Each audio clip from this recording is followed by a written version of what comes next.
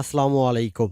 স্বাগত জানাচ্ছি বিবিসি আন্তর্জাতিক সংবাদে। সংবাদের শুরুতেই থাকছে সংবাদ শিরোনাম। ভারতের ৮ কিলোমিটার ভিতরে ঢুকে পড়েছে চীনা সেনাবাহিনী। চীনের সঙ্গে যুদ্ধে জড়াবে না ইউরোপীয় ইউনিয়ন। লিবিয়ায় সামরিক উপস্থিতি অব্যাহত রাখার ঘোষণা এরদোগানের। পশ্চিম তীরকে একীভূত করলে ইসরায়েলের ওপর নিষেধাজ্ঞা দেবে ইউরোপীয় ইউনিয়ন, বলছে জার্মানি। দিল্লি দাঙ্গার চার্জশিটে অভিযুক্ত শুধু মুসলমানরা। ভারতের ৮ কিলোমিটার ভেতরে ঢুকে আছে চীনা সেনাবাহিনী। চীন লাদাখে ভারতীয় ভূখণ্ড দখল করে ফেলেছে বলে এবার সরাসরি অভিযোগ তুলল কংগ্রেস। রাহুল গান্ধীর এই অভিযোগ সরাসরি অস্বীকার করেনি নরেন্দ্র মোদী, আবার স্বীকারও করেনি কেন্দ্রীয় মন্ত্রী রবিশঙ্কর প্রসাদ। লাদাখের বিজেপি এমপি জাময়াং শেরিং নামগিয়াল রাহুলকে বুধবার পাল্টা আক্রমণ করে বলেছেন, কংগ্রেস জমানাতেই চীন লাদাখের অনেকটা অংশ দখল করে ফেলেছিল, কিন্তু রাহুলের দাবি চীনারা হেঁটে হেঁটে ঢুকে লাদাখের আমাদের ভূখণ্ড দখল করে ফেলেছে। লক্ষণীয়, তা অসত্য বলে রবিশঙ্কর প্রসাদ বা বিজেপির সংসদ উড়িয়ে দেয়নি। লাদাখে চীন ভারতীয় এলাকা দখল করে রাখেনি বলেও তারা দাবি করেনি। ভারতীয় সেনা সূত্র বলছে, প্যাংগং লেকের ৪ নম্বর ফিঙ্গার থেকে ৮ নম্বর ফিঙ্গার পর্যন্ত গোটা এলাকা চীন মে মাসের গোড়া থেকেই দখল করে রেখেছে এবং ওই এলাকায় ভারতীয় সেনার কোনো নজরদারি হচ্ছে না। প্যাংগং লেকের মাঝে মাঝে পাহাড়ের কিছু অংশ আঙুলের মতো ঢুকে রয়েছে, এগুলোকে ফিঙ্গার বলা হয়। দুই সেনাবাহিনীর মধ্যে বুধবার বৈঠক হয়েছে। ৫ মে লাদাখের প্যাংগং লেক এলাকায় ভারত ও চীনের সেনার সংঘাত শুরু হয়। তারপর দুই বাহিনীর লাদাখে পরস্পরের চোখে চোখে রেখে দাঁড়িয়ে আছে। শনিবার দুই সেনা কমান্ডার স্তরে বৈঠক হওয়ার পর ভারত ও চীনের সেনা লাদাখের ৩টি জায়গা গালওয়ান ভ্যালি, ১৪ ও ১৫ নম্বর নজরদারি এলাকা, গেগরা হট স্প্রিংস এর ১৭ নম্বর নজরদারি এলাকা মুখোমুখি অবস্থান থেকে পিছু হটেছে। চীনের পররাষ্ট্র মন্ত্রণালয়ের মুখপাত্র বুধবার বেইজিংয়ে জানিয়েছে, কূটনৈতিক ও সামরিক স্তরে আলোচনায় যে ঐক্যমত হয়েছে সেই অনুযায়ী দুপক্ষ কাজ করছে, কিন্তু ভারতীয় সেনারা একান্তে বলছে সংঘাতের যে মূল এলাকা সেই প্যাংগং লেকের উত্তর তীরে পরিস্থিতি পরিবর্তন হয়নি। সেখানে প্রকৃত নিয়ন্ত্রণ রেখা পেরিয়ে চীনের সেনাবাহিনী প্রায় ৮ কিলোমিটার ভিতরে ঢুকে এসেছে। ভারত চাইছে এপ্রিলে যেখানে ছিল সেই স্থিতাবস্থা বজায় থাকুক, কিন্তু চীন এ নিয়ে আলোচনাতেই রাজি নয়। তাদের দাবি এখন তারা যেখানে রয়েছে সেই স্থিতাবস্থা বজায় রাখা হোক। ভারতীয় সেনার যুক্তি, প্রকৃত নিয়ন্ত্রণ রেখা নিয়ে ভারত দিক থেকে কোনো অস্পষ্টতা নেই, তা সামরিক মানচিত্রে স্পষ্ট দেখানো রয়েছে।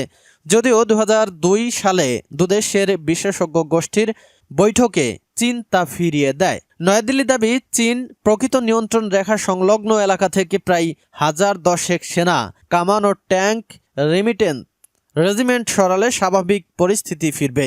অতীতে ডোকলামে ভারত চীনের সেনা সংঘাতের অবস্থা থেকে পিছু হটার পরে পররাষ্ট্র মন্ত্রণালয় এ বিষয়ে সরকারি বিবৃতি দিয়েছিল, কিন্তু পূর্ব লাদাখের ৩টি জায়গা থেকে দুই সেনা কিছুটা পিছু হটলেও খাতায় কলমে মোদী সরকার এখনও কিছু বলতে নারাজ।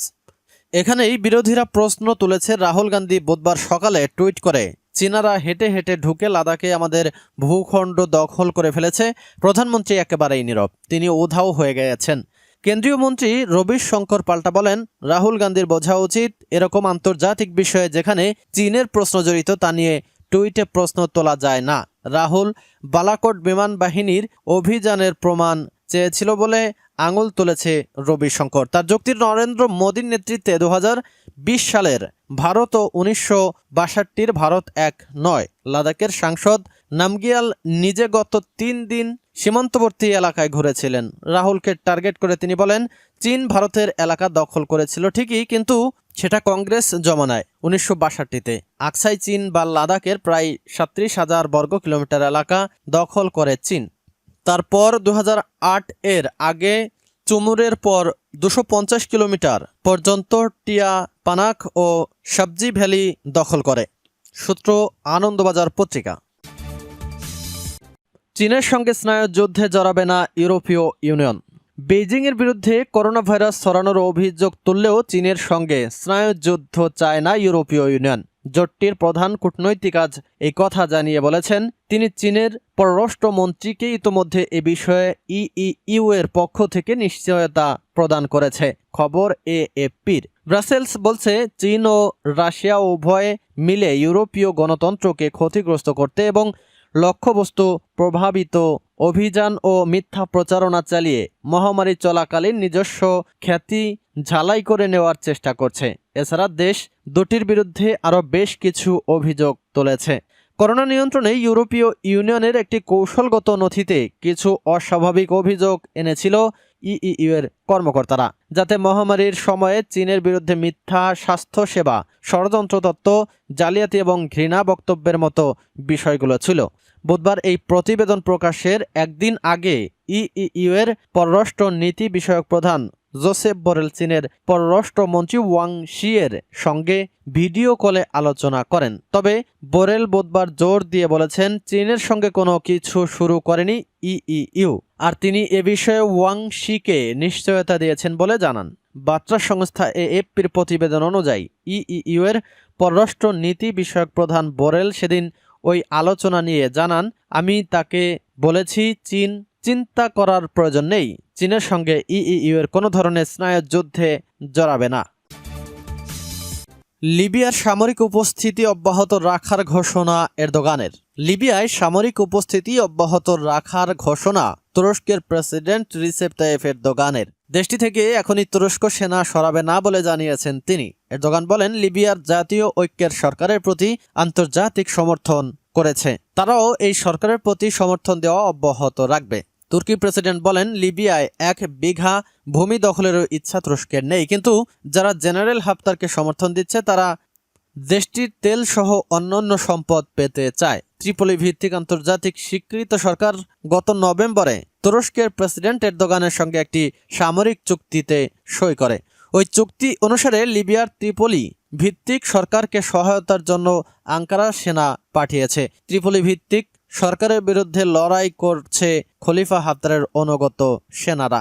গত সপ্তাহে বিদ্রোহী জেনারেল হাফতার বাহিনীকে উৎখাত করে রাজধানী ত্রিপলি দখল করে নেওয়ার দাবি করেছে আন্তর্জাতিকভাবে স্বীকৃত জাতীয় ঐক্যমত লিবিয়া সরকার। সরকারি বাহিনী বলছে, পশ্চিমা নিয়ন্ত্রিত হাফতার বাহিনীর হাতে 1 বছরের বেশি সময় অবরুদ্ধ থাকা ত্রিপলি পুরোপুরি দখলে নেওয়া হয়েছে। কয়েক সপ্তাহে হাফতার বাহিনীর সঙ্গে সিরিজ যুদ্ধের মাধ্যমে সরকারি সেনাবাহিনী এ জয় পেয়েছে। পশ্চিম তীরকে একীভূত করলে ইসরায়েলের ওপর নিষেধাজ্ঞা দেবে ইউরোপ, বলছে জার্মানি। জার্মানি তেল আবিবকে সতর্ক করে দিয়ে বলেছেন, জর্ডান নদীর পশ্চিম তীরকে ইহুদিবাদী ইসরায়েল ভূখণ্ডে অন্তর্ভুক্ত করা হলে এই সরকারের বিরুদ্ধে নিষেধাজ্ঞা আরোপ করবে ইউরোপ। ইসরায়েল সফররত জার্মান পররাষ্ট্রমন্ত্রী হেইকো মাস বুধবার রাতে তেল আবিবের প্রতি এই হুঁশিয়ারি উচ্চারণ করেন। তিনি বলেন, পশ্চিম তীরকে একীভূত করলে ইউরোপের আরও বেশি দেশ ফিলিস্তিনি রাষ্ট্রকে স্বীকৃতি দেবে। এ সফরে জার্মান পররাষ্ট্রমন্ত্রী, ইসরায়েলের প্রধানমন্ত্রী বেনিয়ামিন নেতানিয়াহু, পররাষ্ট্রমন্ত্রী বেনি গান্টজ ও যুদ্ধমন্ত্রী বেনি গন্তেজের সাথে সাক্ষাৎ করেন। নেতানিয়াহুর সাথে সাক্ষাতে মাস বলেন, ইউরোপের কিছু দেশ ইসরায়েলের বিরুদ্ধে নিষেধাজ্ঞা আরোপের কথা ভাবছে এবং তারা চেষ্টা করছে ইউরোপীয় ইউনিয়ন বা ইইউ এর পক্ষ থেকে যেন এই নিষেধাজ্ঞা আরোপ করা হয়। বার্তা সংস্থা জানিয়েছে, হেইকো মাস তার ইসরায়েল সফরের প্রতিটি সাক্ষাতের কথা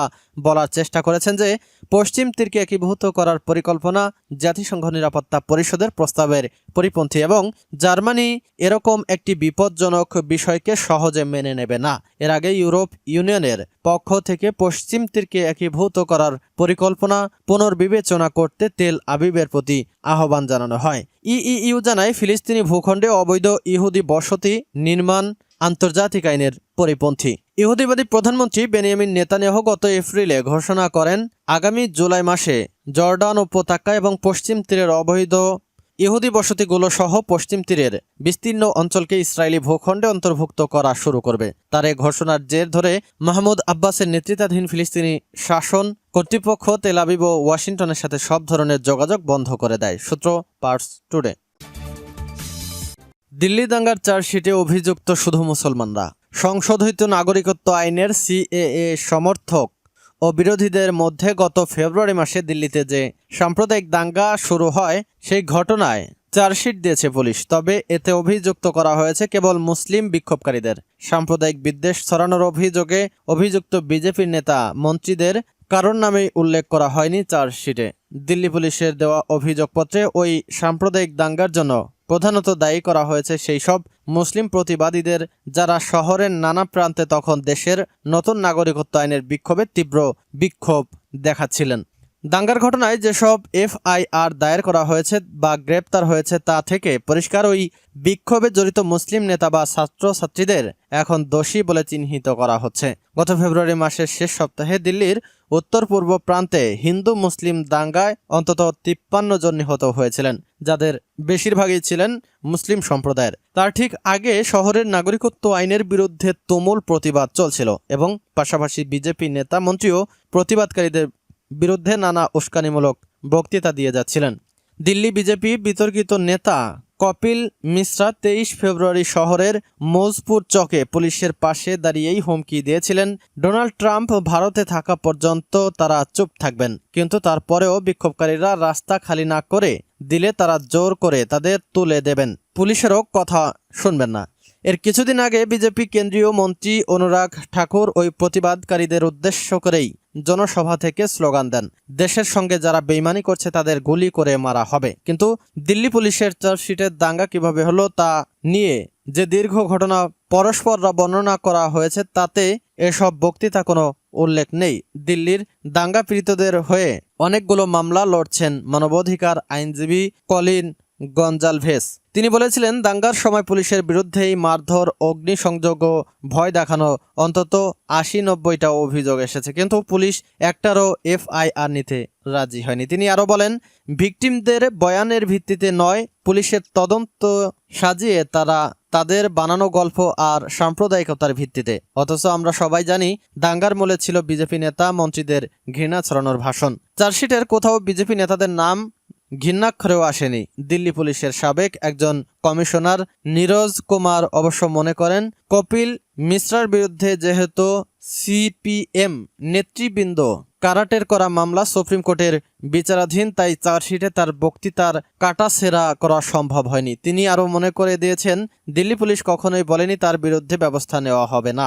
দাঙ্গার সবগুলো মামলার সঙ্গে তার বক্তৃতার সম্পর্ক ছিল না। চূড়ান্ত চার্জশিট জমা দেওয়ার জন্য দিল্লি পুলিশ যে 90 দিনের সময় পেয়েছে তার অবশ্য এখনও কিছুটা বাকি আছে, কিন্তু এ পর্যন্ত যে 70টি চার্জশিট পেশ করা হয়েছে তার থেকে বোঝাই যাচ্ছে যে বিজেপি নেতারা দাঙ্গায় উস্কানির অভিযোগ থেকে শেষ পর্যন্ত রেহাই পেয়ে যাবেন। সূত্র বিবিসি বাংলা।